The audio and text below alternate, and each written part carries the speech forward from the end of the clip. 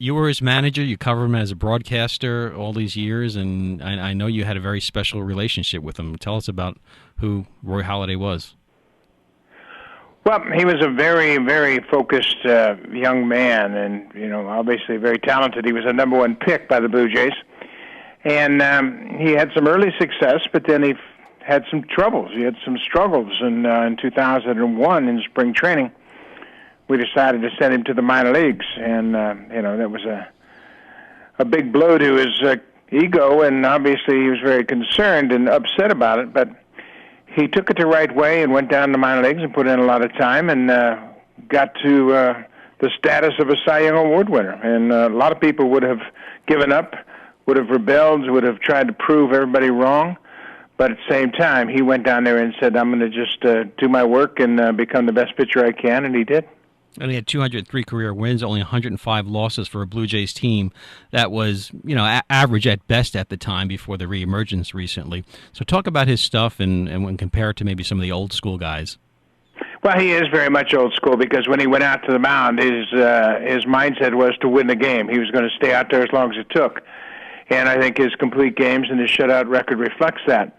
But Roy, when he went to the minor leagues, he trimmed down his arsenal to a sinker, a cutter, and a split changeup, and that's all he needed.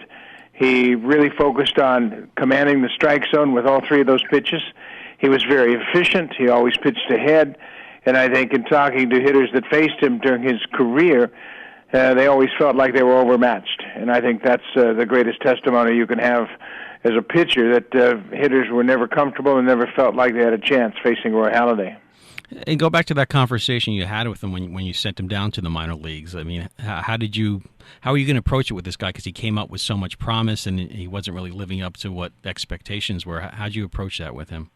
In 2000, he had an ERA over 10. I believe it was the highest earned run average for qualified pitchers in the major leagues that year. And he came into spring training, and he was throwing hard, but he couldn't command any of his pitches. He was throwing over the top, a four-seam fastball and a knuckle curveball that he couldn't command very well. So it was kind of hit or miss, and he was having a tough spring. And my pitching coach, Mark Connor, the GM, Gord Ash, and we all got together and decided the best thing was to take him out of the spotlight, put him down in A-ball in the Florida State League, and allow him to work without concern about numbers or stats. And I think that was the beginning of the transformation.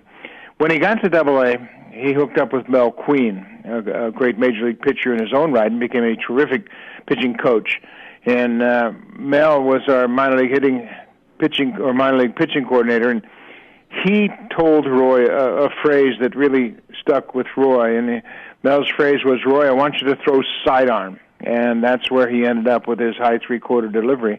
In Roy's mind, that was throwing sidearm, and he became a very effective pitcher after that.